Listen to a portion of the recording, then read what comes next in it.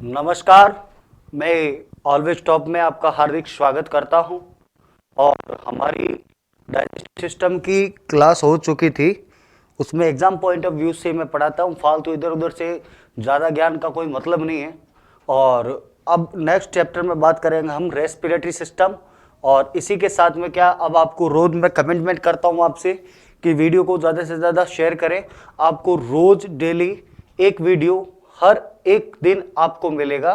धन्यवाद। और हमने डाइजेस्टिव सिस्टम कर चुके थे, आज हम बात करते हैं रेस्पिरेटरी सिस्टम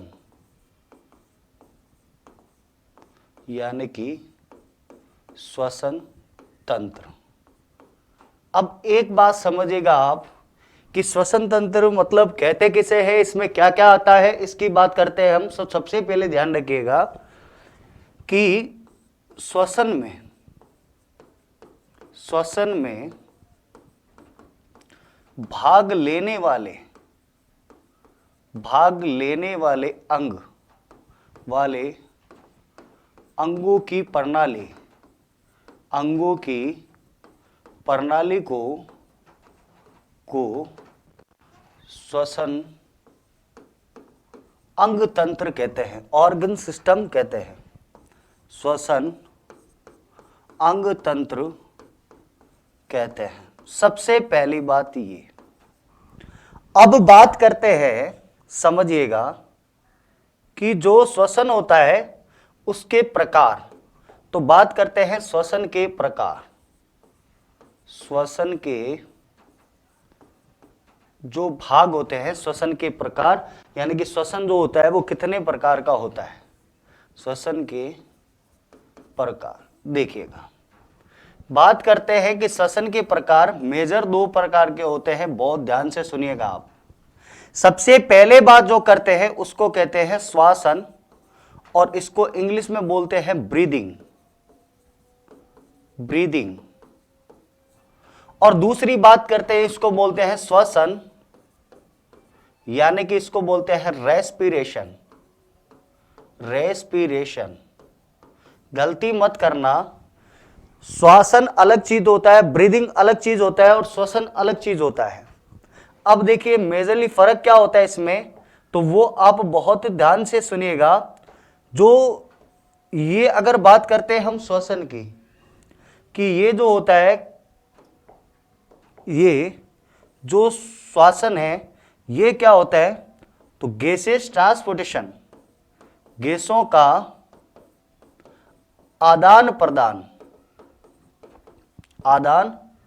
प्रदान होता है। यानी कि जो गैसेज है, गैसेज एक्सचेंज, वो आता है ब्रीदिंग में।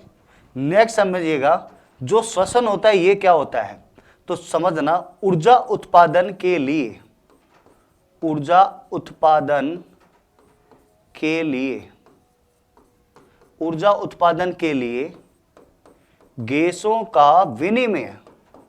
गैसों का विनिमय, जो गैसों का विनिमय होता है ऊर्जा उत्पादन के लिए, उसको कहते हैं हम श्वसन यानी कि रेस्पिरेशन।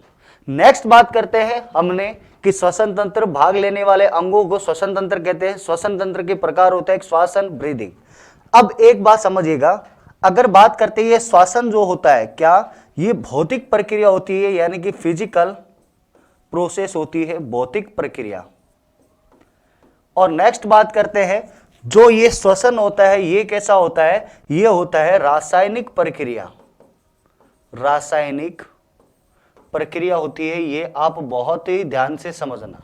क्या होता है, मान लीजिए हम श्वसन कर रहे हैं तो हमारे लंग्स, जैसे मैंने इनहेलेशन किया तो लंग्स ऊपर की तरफ जाते हैं, वापस नीचे की तरफ जाते हैं, इट इज ब्रीदिंग। नेक्स्ट, आपको पता है कि कोशिका, हमारे शरीर की कोशिका और ऊतक, इसके बीच में गैसों का विनिमय वो कैसे होता है, वो होता है विसरण के कारण, इट मीन्स डिफ्यूजन। तो वो जो होता है वो आता है श्वसन। इस प्रकार से हम श्वसन के प्रकार की बात की, ठीक है। इसके अलावा श्वसन के और प्रकार की बात करेंगे, लेकिन उससे पहले मैं आपको बात करता हूं कि श्वसन होता कितने प्रकार का है। नेक्स्ट स्लाइड पे चलते हैं, हम देखेगा। अब बात करते हैं हम टाइप ऑफ रेस्पिरेशन, यानी कि श्वसन श्वसन के और भी प्रकार की बात करते हैं। श्वसन के प्रकार देखिए क्या होता है। सबसे पहली चीज हम बात करते हैं कि सबसे पहला होता है, उसको बोलते हैं वायवीय श्वसन। वायवीय श्वसन, और इंग्लिश में इसको बोला जाता है aerobic respiration. Aerobic respiration, respiration बहुत ध्यान से समझिएगा, एरोबिक रेस्पिरेशन। और नेक्स्ट बात करते हैं कि ये जो दूसरा होता है इसको बोलते हैं अवायवीय रेस्पिरेशन, यानी कि अवायवीय रेस्पिरेशन, अवायवीय श्वसन। सर फर्क क्या है? फर्क मेजरली आप ध्यान रखिएगा, इसको बोलते हैं अन एरोबिक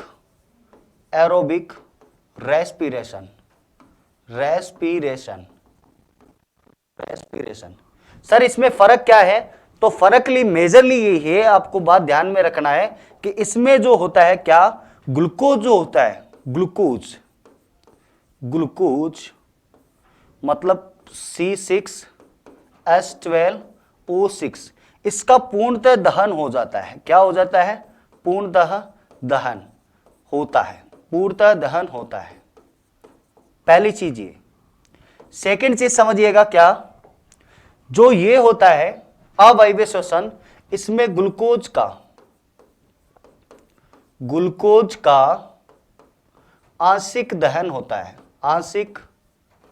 पार्शियली दहन होता है, आंशिक दहन होता है। अब बात करते हैं कि सर ठीक है, मान लिया आंशिक दहन होता है, लेकिन हमें फाइनली ये बात बताओ आप कि इसमें जो ग्लूकोज का दहन हुआ, इससे हमें मिलता क्या है, यानी कि एरोबिक रेस्पिरेशन में। तो ध्यान से समझिएगा एक मेरी बात, ये 6H12O6, इसके साथ में ये है ग्लूकोज का मॉलिक्यूल, इसके साथ में जुड़ेगा ऑक्सीजन, तो ये फाइनली बदल जाएगा CO2 प्लस H2O और प्लस ATP। इस ATP को बोलते हैं ऊर्जा। पहली चीज। दूसरी चीज ध्यान रखिएगा कि जो अवायवीय श्वसन होता है, इसमें क्या बनता है, इसमें भी ग्लूकोज होता है C6H12O6, इसके साथ में ऑक्सीजन कम मात्रा में होता है, तो इसको नेगेटिव माना जाता है, यानी कि नगण्य है। अब समझना इसमें क्या बनता है, तो इसमें बनता है CO2 प्लस H2O और प्लस बनता है लैक्टिक अम्ल बनता है, और इसका फॉर्मूला होता है C3H6O3। तो ये बनता है वास्तविकता में वायवीय श्वसन और अवायवीय श्वसन।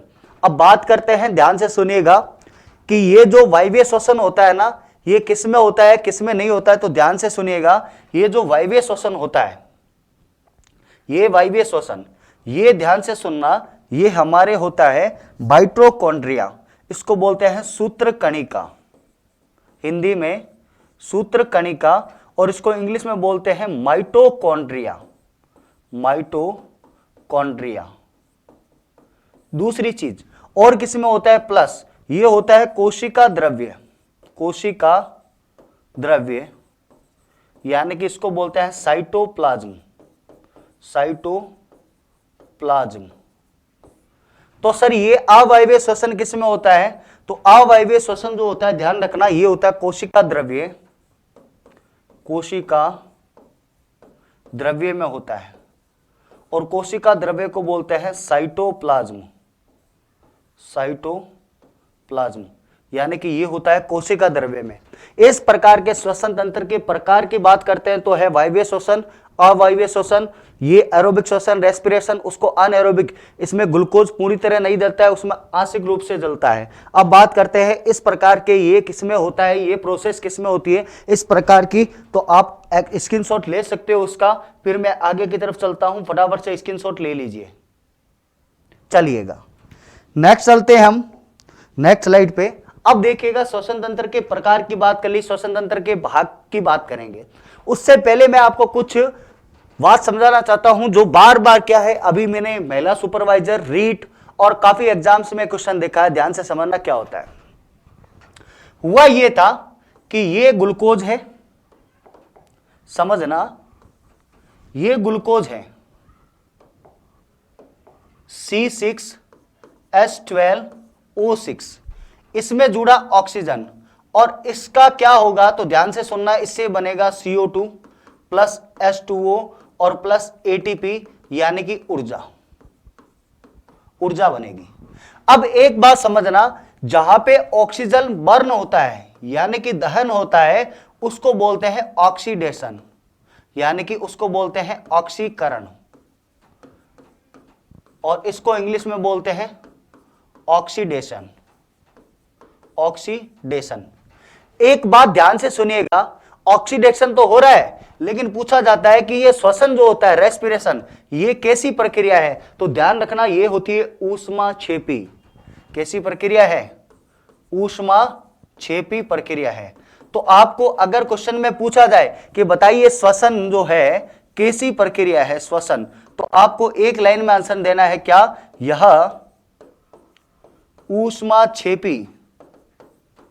ऊष्माक्षेपी ऑक्सीकरण प्रक्रिया है।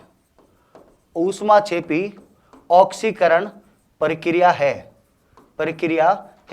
ये क्वेश्चन पूछा गया था, मोस्ट इंपोर्टेंट क्वेश्चन है, ये आप ध्यान में रखिएगा। तो ऊष्माक्षेपी कैसी प्रक्रिया है? श्वसन। ये ऊष्माक्षेपी ऑक्सीकरण प्रक्रिया है, और इस ऑक्सीकरण का मतलब ये होता है ऑक्सीजन का जलना, ऑक्सीजन का बंद होना। दूसरी बात करते हैं हम नेक्स्ट स्लाइड पे कि श्वसन तंत्र के भाग कौन कौन से होते हैं, तो चलिएगा नेक्स्ट बात करते हैं हम श्वसन तंत्र के भाग। श्वसन तंत्र के भाग, चलिएगा बात करते हैं श्वसन तंत्र के भाग। देखिएगा भाग कौन कौन से होते हैं। सबसे पहले आपको पढ़ना है, जो हमें पढ़ना है वो कौन कौन सा है, तो अगर मैं सबसे पहले श्वसन तंत्र के भाग करूंगा तो हमारा आएगा नाक सबसे पहले। और नाक के अंदर बात करेंगे तो इसके होते हैं, ध्यान रखना, इसके दो पार्ट होते हैं, और इसको बोलते हैं नेजल कैविटी,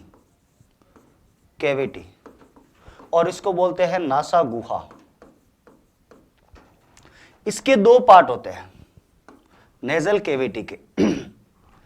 सबसे पहले क्या समझिएगा आप कि जो नेजल कैविटी होती है, इसके दो भाग होते हैं। तो सबसे पहले होता है, उसको बोलते हैं वेस्टिबुलर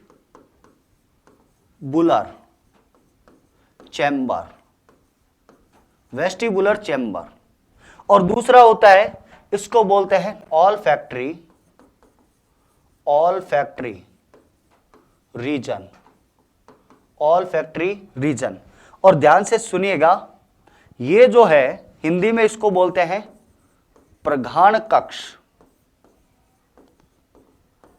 और इसको बोलते हैं घ्राण पिंड।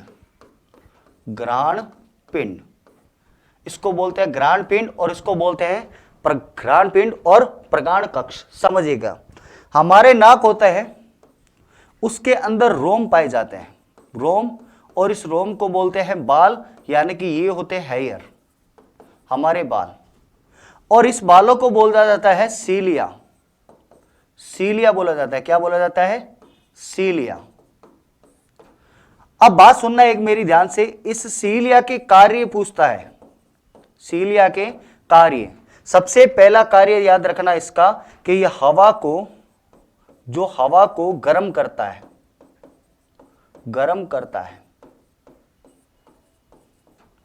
हवा को गर्म करने का मतलब क्या है? Warm air. दूसरा, हवा को साफ करता है।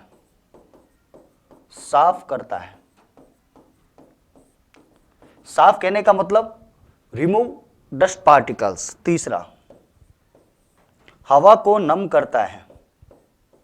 हवा को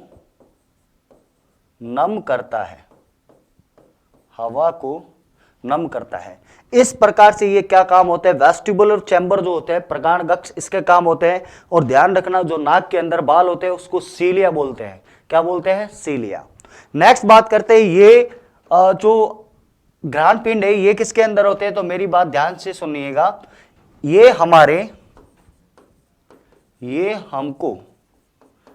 हमको सुगंध यानी कि सूंघने के लिए कार्य करते हैं। किसके लिए? सूंघने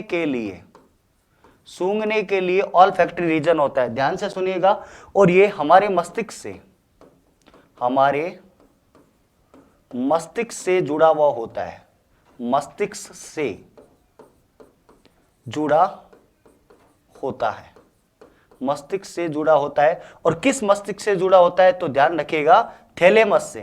किससे? थैलेमस से। मैं आपको जब तंत्रिका तंत्र कराऊंगा तब आपको बता दूंगा। ये हमारे घ्राण पिंड होता है और इसका काम होता है सूंघने के लिए काम आता है। ध्यान से सुनिएगा, ये घ्राण पिंड जो होता है कुत्तों में सबसे ज्यादा, कुत्तों में सबसे ज्यादा, कुत्तों में सर्वाधिक विकसित होता है, सर्वाधिक विकसित होता है, विकसित होता है। और उसके बाद में बात करते हैं तो मांसाहारियों में, और ध्यान रखना ये मनुष्य से 1000 गुना ज्यादा विकसित होते हैं, कुत्तों में 1000 गुना ज्यादा विकसित होते हैं। ठीक है, आप स्क्रीनशॉट ले लीजिए इसका, फिर आगे चलते हैं। ये क्या है, हमने नाक की बात की, चलिएगा स्क्रीनशॉट ले लिए, तो आगे चलते हैं नेक्स्ट पेज पे। चलिए, अब दूसरा क्या होता है, बिल्कुल हमारे इस हिसाब से अगर नाक से सांस लेना, रेस्पिरेशन करना, उसके बाद में जैसे ही आगे चलेंगे तो यहां पे आएगी वापस फेरिंग्स।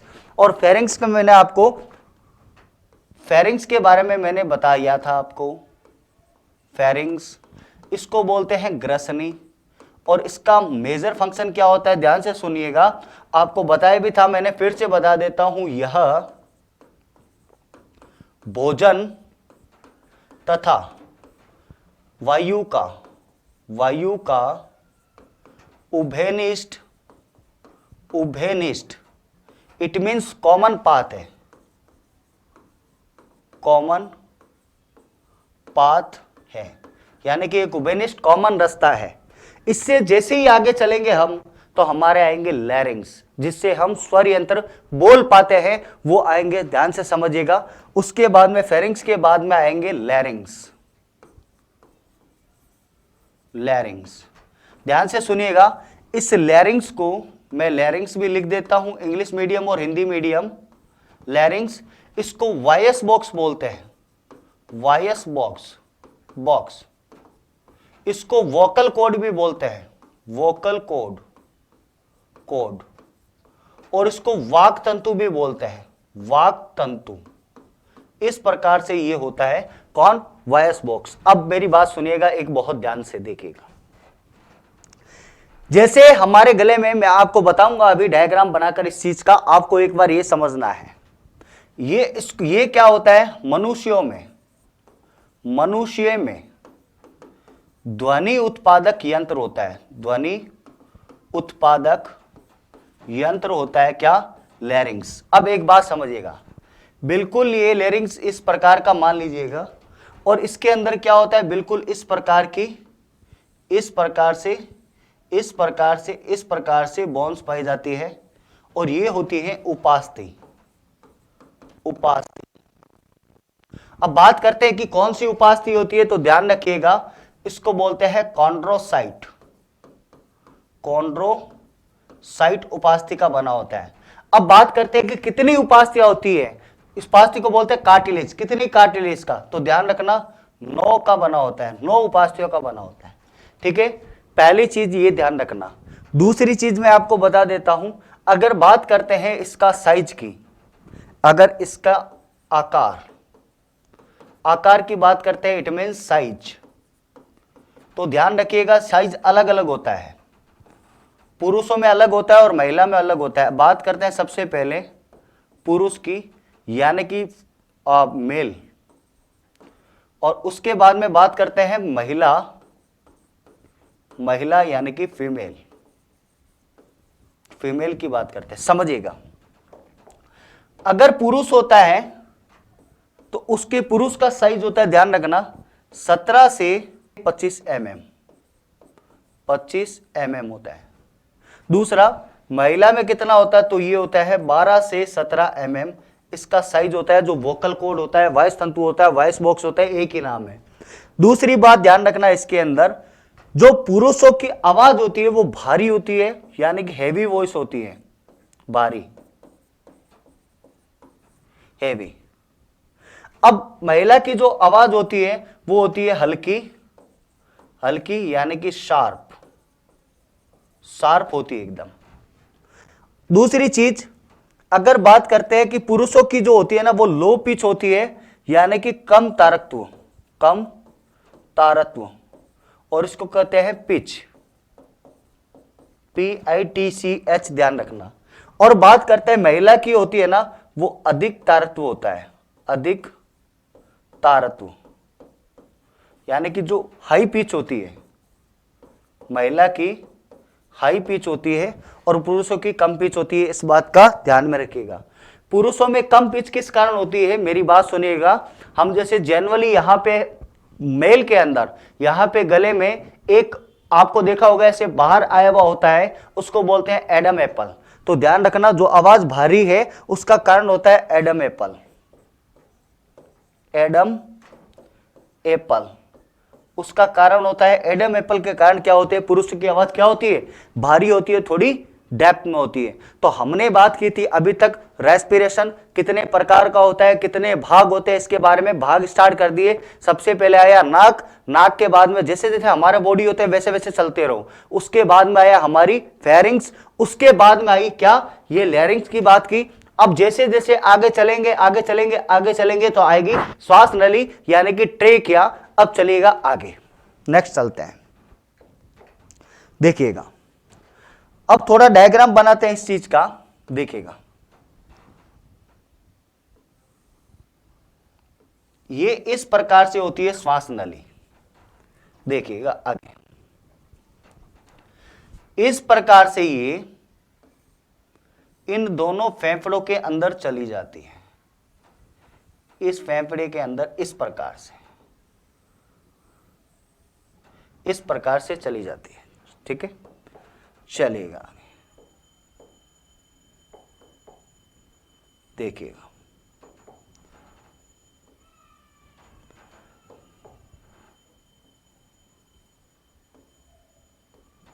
अब क्या होता है समझने का, इस प्रकार से दोनों फेफड़ों के बीच में एक इस प्रकार से एक चपटा फ्लैट गुंबद जैसी संरचना होती है। आगे देखिएगा, ये इस प्रकार से आगे गया और बिल्कुल इसी भाग से इस प्रकार की नलिका निकली रहती है, देखिएगा इस प्रकार से। ये एक, ये दो और यहां पे ये तीन, ऊपर की तरफ भी एक, मैं एक लंग्स की बता रहा हूं, दोनों की नहीं बता रहा हूं। इस प्रकार से क्या है, फिर यहां से इस प्रकार की, इस प्रकार से ही ये क्या होता है, श्वसनिकाएं निकली होती है इसमें, प्राइमरी इस प्रकार की बहुत सारी संरचनाएं निकली होती है इसमें से, इसमें बहुत सारी संरचनाएं निकली होती है इस प्रकार से, इस प्रकार से। जहां पे ये श्वसनिकाएं होती है वहां पे इस प्रकार की गुब्बारे नुमा ऐसे संरचना होती है बहुत सारी, इस प्रकार से गुब्बारे से नुमा संरचना होती है, ठीक है क्या। अब मैं इनके नाम लिख देता हूं बहुत ध्यान से, जो जिस कलर से बनाए हैं उसी कलर से इसके नाम लिखता हूं ताकि आपको देखने में कोई, पढ़ने में कोई प्रॉब्लम ना हो। सबसे पहले बात करते हैं तो ये होता है ट्रेकिया, ट्रेकिया, और इसको बोलते हैं श्वास नली, श्वास नली। दूसरी चीज ये होते हैं फेफड़े, फेफड़े, और इसको बोलते हैं लंग्स। तीसरी चीज ये हमारे दोनों लंग्स हैं। उसके बाद में बात करते हैं ये जो ब्लैक बना रखा है इसको बोलते हैं डायाफ्राम, डायाफ्राम, और इसको हिंदी में बोलते हैं मध्य पट, मध्य पट बोलते हैं इसको, डायाफ्राम यानी कि मध्य पट।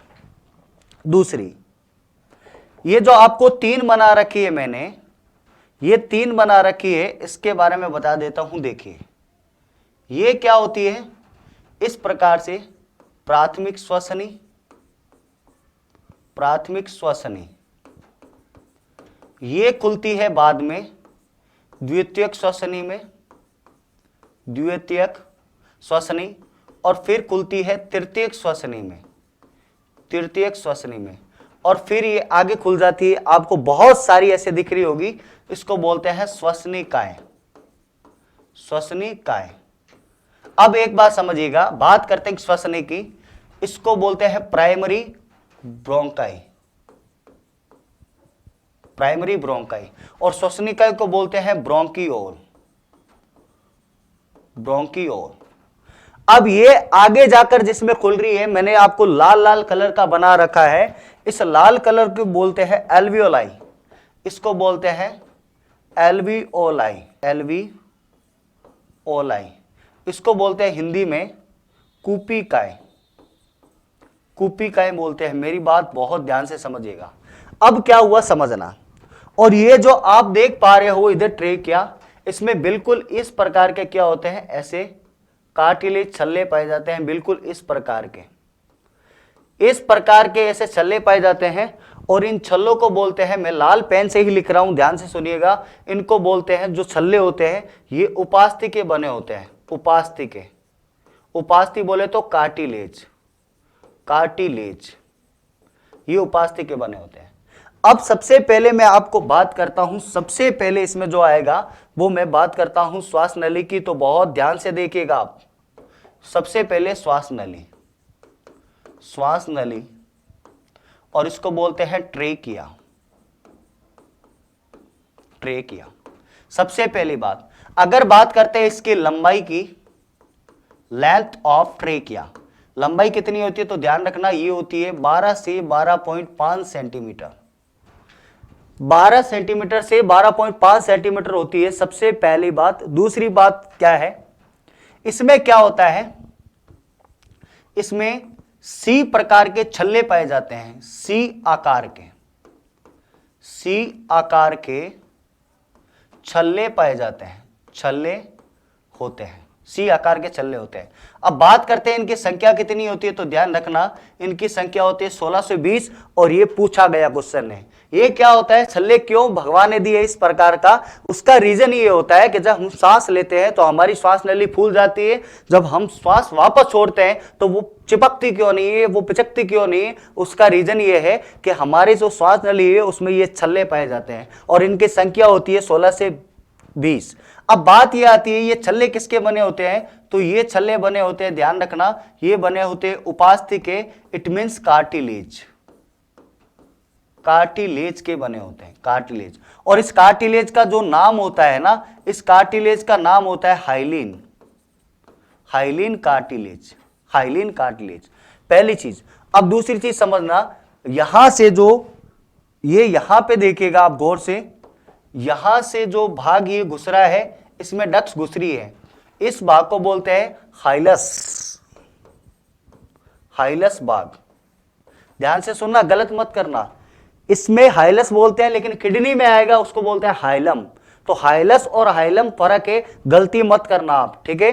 तो इस प्रकार से ये हमने बात की। अब देखो रेस्पिरेशन, जो श्वास आएगा वो किस में चला जाएगा, मैं आपको नेक्स्ट स्लाइड में बताता हूं। सांस आया आया आया, इसमें इससे चला जाएगा प्राथमिक श्वसनी, द्वितीयक श्वसनी, तृतीयक श्वसनी, उसके बाद में चला जाएगा किसमें, श्वसनिकाय में। तो इस प्रकार से ये क्या है, श्वास नली के बारे में है। मैं आगे बात करता हूं, ध्यान से समझिएगा, नेक्स्ट स्लाइड पर देखिएगा। अब क्या हुआ, जो श्वास आया यानी कि जो गैस आई, गैस, उसकी प्रोसेस लिख रहा हूं, समझना। सबसे पहले जो गैस आई वो सबसे पहले श्वास नली में आई, श्वास नली, इस श्वास नली से चली गई प्राथमिक श्वसनी, प्राथमिक श्वसनी, श्वसनी, उसके बाद में चली गई द्वितीयक श्वसनी, द्वितीयक श्वसनी, और फिर चली गई तृतीयक श्वसनी में, तृतीयक श्वसनी। इसके बाद में ये श्वास चली गई श्वसनिकाओं में, श्वसनिका, और इसके बाद में श्वास चली गई एल्वियोली में, किसमें, एल्वियोली में। अब बात यह आई सारी, एल्वियोली क्या काम करता है, ध्यान से सुनना। एल्वियोली क्या काम करता है, बहुत ध्यान से समझिएगा। मान लीजिए ये इस प्रकार की क्या है, एल्वियोली होती है इस प्रकार की, ठीक है। अब यहां से देखिएगा, यहां से एक डक्ट आई आई आई आई आई आई, इस प्रकार से ये निकल गई, यहां से निकल गई। इस ये है ब्लड वेसल्स यानी कि रक्त वाहिनी,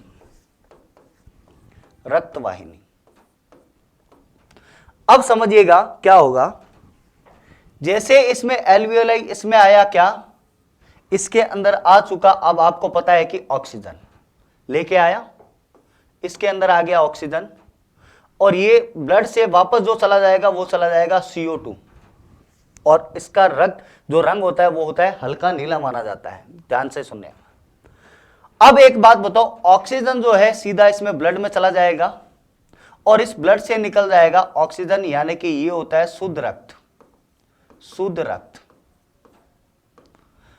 अब एक बात बताओ, ये ऑक्सीजन वापस इसको दे दिया, यानी कि इसका मतलब इधर से आ रहा था कौन सा, CO2, यानी कि अशुद्ध रक्त, अशुद्ध रक्त, अशुद्ध रक्त आया, इसमें चला गया, इसने वापस दे दिया और यहां से शुद्ध रक्त निकल गया। तो एक बात ध्यान से समझिएगा, अगर बात करते हैं कि रक्त का शुद्धिकरण, रक्त का शुद्धिकरण, शुद्धिकरण कौन करता है, तो ये बात ध्यान रखना, फेफड़े करते हैं। कौन करते हैं, फेफड़े, प्योरिफिकेशन ऑफ ब्लड। लेकिन ध्यान से सुनना मेरी बात, फिल्ट्रेशन करता है, छानने का काम करता है किडनी, शुद्धिकरण का काम कौन करता है, फेफड़े। यदि फेफड़े और किडनी दोनों ऑप्शन में हो तो आप किडनी को टिक करोगे, ध्यान रखना, ये एग्जाम मानता आ रही है। लेकिन आप प्योरिफिकेशन और फिल्ट्रेशन में आपको फर्क समझाया है।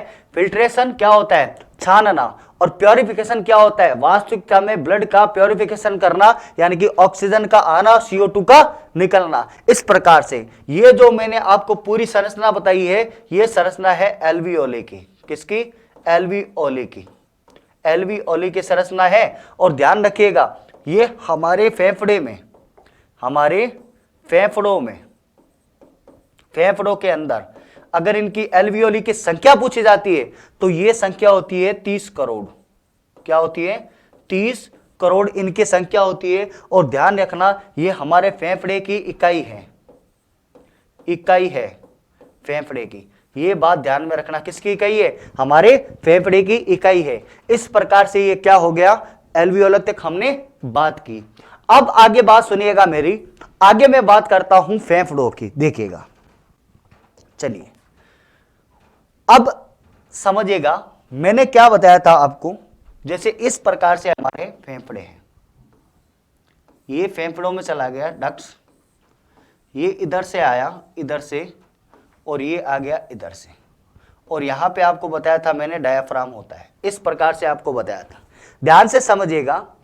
ये बात करते हैं हम फेफड़े, फेफड़े यानी कि लंग्स, लंग्स की, समझिएगा। और इसको फुफ्फुसिए बोलते हैं, कोई दिक्कत नहीं है, ध्यान से सुनना। अगर मैं फेफड़े की बात करता हूं तो इसका भार होता है ना, इसका भार होता है 1.3 kg, यानी कि 1300 ग्राम। हमारे फेफड़े का भार होता है 1300 ग्राम। आगे समझना, ये किसका बना, किसका होता है, तो ध्यान रखना, हमारा फेफड़ा जो होता है बना, हमारा फेफड़ा होता है स्पंजी उत्तक का, स्पंजी उत्तक, स्पंजी उत्तक यानी कि स्पॉन्जी टिश्यू का, स्पॉन्जी टिश्यू का बना होता है। नेक्स्ट बात समझिएगा, हमारे फेफड़े का अगर रंग की बात करता हूं, कलर, यानी कि अगर बात करता हूं कलर यानी कि रंग की, तो ध्यान रखना ये हल्का गुलाबी होता है, हल्का गुलाबी होता है, ठीक है क्या। अब आगे बात समझिएगा, इसके बाहर की तरफ, इसके बाहर की तरफ बिल्कुल इस प्रकार से देखिएगा, इस प्रकार से, इस प्रकार से एक झिल्ली पाई जाती है, इस प्रकार से, इस प्रकार से झिल्ली पाई जाती है।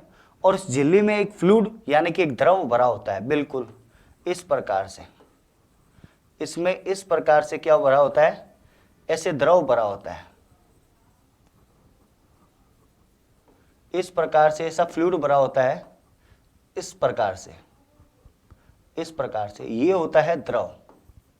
आपको दिख रहा है, नहीं तो मैं ग्रीन कलर से लिख देता हूं, देखिएगा, ये भरा होता है द्रव, इसमें भरा होता है द्रव। अब बात करते हैं, इस फेफड़े में दो प्रकार की झिल्ली होती है, समझना। फेफड़े की झिल्ली अगर बात करता हूं, देखिएगा, ये झिल्ली, मेम्ब्रेन। ये दो प्रकार की होती है। पहली को बोलते हैं पार्श्विका प्लूरा, पार्श्विका प्लूरा,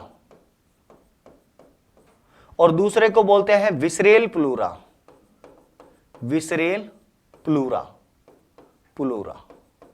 और इन दोनों झिल्ली के बीच में, इसको विसरेली बोलते हैं इंग्लिश में, इसको बोलते हैं पार्टिटियल प्लूरा, ठीक है। इन दोनों के बीच में प्लूरल द्रव भरा होता है, प्लूरल द्रव। ये जो आप देख पा रहे हो ये प्लूरल द्रव भरा होता है। ये क्या काम करता है, ध्यान से सुनना। ये फेफड़ों को घर्षण से बचाता है, घर्षण से बचाता है, फेफड़े को घर्षण से बचाता है। कौन? ये प्लूरल द्रव। सेकंड बात करता हूं, ध्यान से सुनना। जो फेफड़े होते हैं उनका भार होता है 1.3 kg। दूसरा, स्पंजी उत्तक का बना होता है। नेक्स्ट, इसका रंग हल्का गुलाबी होता है और इसमें दो प्रकार की झिल्ली होती है, पार्श्विका प्लूरा और विसरेल प्लूरा। ये पार्श्विका प्लूरा जो होता है ये बाहर की होती है झिल्ली, और बात करते हैं विसरेल होता है ये अंदर की झिल्ली होती है, यानी कि इनर मेम्ब्रेन होती है, आउटर मेम्ब्रेन होती है पार्श्विका प्लूरा। इन दोनों के बीच में एक द्रव भरा होता है, लिक्विड भरा होता है, जिसको बोलते हैं प्लूरल द्रव। और इसका काम होता है ये फ्रिक्शन से बचाता है, यानी कि घर्षण से बचाता है। अब समझिएगा, ये जो होता है फेफड़ा, ये दो पार्ट में होता है। लेफ्ट वाला, ये लेफ्ट है और ये राइट है, और ये होता है इस प्रकार से 3 पार्ट में। तो हमारे लंग्स जो होते हैं वो 5 पार्ट में होते हैं टोटल, और लेफ्ट वाला थोड़ा छोटा होता है और राइट वाला थोड़ा बड़ा होता है। अब समझिएगा, इसमें मैंने आपको इस प्रकार की एक नोच बनाई है, इसको बोलते हैं कार्डियक नोच, कार्डियक नोच, इसको कार्डियक नोच बोलते हैं। और इस प्रकार का इसके बीच में हमारा हृदय होता है, दोनों फेफड़ों के बीच में तो होता है, लेकिन थोड़ा लेफ्ट लंग्स होता है, उसमें थोड़ा सा धसा हुआ होता है, ठीक है, पहली चीज। दूसरी चीज, इन दोनों फेफड़ों के बीच में जो जगह है, ये जगह दिख रही है आपको, इन दोनों फीट के, इसको बोलते हैं मध्य स्थानिका, मध्य स्थानिका, और इंग्लिश में बोलते हैं इसको मेडिया स्टेटिनम, मेडिया स्टेटिनम, मेडिया स्टेटिनम बोलते हैं। दोनों फेफड़ों के बीच में जो जगह होती है इसको बोलते हैं मेडिया स्टेटिनम, और इस प्रकार से ये हमारे क्या होते हैं, लंग्स होते हैं। तो मैं लंग्स के बारे में कुछ लिख देता हूं और बातें समझिएगा। फेफड़े जो होते हैं, फेफड़े, फेफड़े कुल 5 भागों में होते हैं, कुल 5 भागों में होते हैं, भागों में होते हैं, कुल 5 भागों में होते हैं। सबसे पहली भाग है कि अगर बात करता हूं दायां जो होता है फेफड़ा, वो होता है 3 भाग में, राइट। और बात करते हैं जो लेफ्ट होता है, यानी कि जो बायां होता है, ये बायां फेफड़ा होता है 2 भाग में। इसका रीजन क्यों है, क्योंकि यहां कार्डियक नोच होती है, कार्डियक नोच होती है, और इस नोच में हृदय होता है, हृदय के कारण होता है, ठीक है। नेक्स्ट बात क्या, नेक्स्ट बात समझिएगा। देखिए, बायां फेफड़ा थोड़ा छोटा होता है, थोड़ा छोटा होता है। और नेक्स्ट ध्यान से सुनना, दायां फेफड़ा बड़ा होता है, नेक्स्ट बात मेजर इंपॉर्टेंट है जो लिख रहा हूं, ध्यान से सुनना, और इस वीडियो को ज्यादा से ज्यादा शेयर करना। नेक्स्ट बात करते हैं कि ये जो फेफड़ा होता है, इस फेफड़े में कुल 5 भागों में होते हैं, दायां थोड़ा छोटा बड़ा होता है। दूसरी बात, दोनों फेफड़ों के बीच में, दोनों फेफड़ों के बीच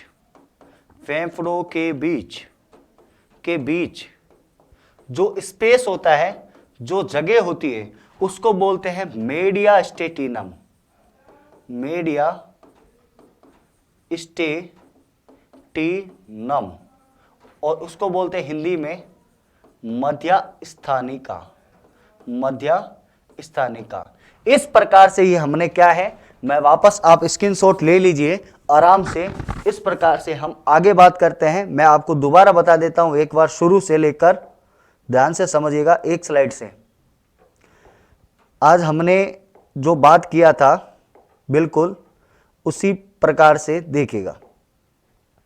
हमने आज बात की थी श्वसन तंत्र के अंग, उसके प्रकार, उसके भाग, और उसके बाद में हम बात कर ली थी आज से। ये ध्यान रखना मोस्ट इंपॉर्टेंट क्वेश्चन है, आपको मैंने बता दिया, इस बात का ध्यान रखना, और पूछा गया क्वेश्चन है, बार बार पूछा जाता है। तीसरी बात करते हैं हम इस प्रकार से, देखिएगा ये लैरिंक्स की बात की हमने, उसके बाद में बात करते हैं ये लंग्स की। तो आज हमने बात कर ली स्ट्रेकिया की, श्वास नली, उसके बाद में इसके बारे में पूरा, और उसके बाद में फेफड़े के बारे में कुछ फैक्ट्स, एल्वियोले के बारे में इसमें क्या क्या होता है, किस क्या क्या नहीं होता है, फेफड़े का भार क्या है, जो क्वेश्चन पूछा जाता है, इसमें कितनी झिल्ली होती है, किस प्रकार से होती है, किस प्रकार के इसमें कौन सा फ्लूइड पाया जाता है, पेरिकार्डियम फ्लूइड होता है, इस प्रकार से। उसके बाद में इसके अंदर जो जाता है इसके भाग क्या होते हैं, कौन सी कार्टिलेज, कौन सी उपास्थि होती है, इसके बारे में बात की। उसके बाद में कल बात करेंगे हम डायाफ्राम की, कुछ और अंग की, और गैसों का आदान प्रदान, और किस जीवों में कौन से रेस्पिरेशन ऑर्गन यानी कि श्वसन अंग पाए जाते हैं। इस प्रकार से कल बिल्कुल इसी टाइम पे आपको मैं मिलूंगा हाजिर, और आपकी रोज क्लास होगी। मैं आपको फिर कह रहा हूं, आने वाले राजस्थान सभी प्रतियोगिता भर्ती, जैसे एलडीसी हो गया, एलडीसी में रिट लेवल हो गया, सेकंड लेवल, फर्स्ट लेवल बहुत, और रेलवे की ग्रुप डी भी है। तो आपको मैं ये कह रहा हूं, आपको पता है बिल्कुल एकदम जीरो से लेकर, जो एग्जाम पॉइंट ऑफ व्यू से मैं फालतू क्वेश्चन नहीं लिखता हूं बोर्ड पे कि जो आए नहीं, मैं फालतू लिखता रहूं जैसे दुनिया पढ़ा रही है, जो आता ही नहीं एग्जाम में उसको भी अपने नॉलेज बताने के लिए बताती है। ऐसा कुछ नहीं है, एग्जाम पॉइंट ऑफ व्यू से पढ़ो। मैं आपको डाइजेस्टिव सिस्टम पार्ट 3 कराया था, उसमें भी मैंने लास्ट में बोला था, अब वो एज नहीं है, इसीलिए ऑथेंटिक पढ़ो, एग्जाम पॉइंट ऑफ व्यू से एग्जाम निकाल लो, उसके बाद में ज्ञान बढ़ाते रहना आप। ठीक है, धन्यवाद। ज्यादा से ज्यादा शेयर करिएगा, सब्सक्राइब करिएगा चैनल को, और आगे से आगे फैलाओ, जिसको मिलता है किसी और का भी भला हो सके। धन्यवाद।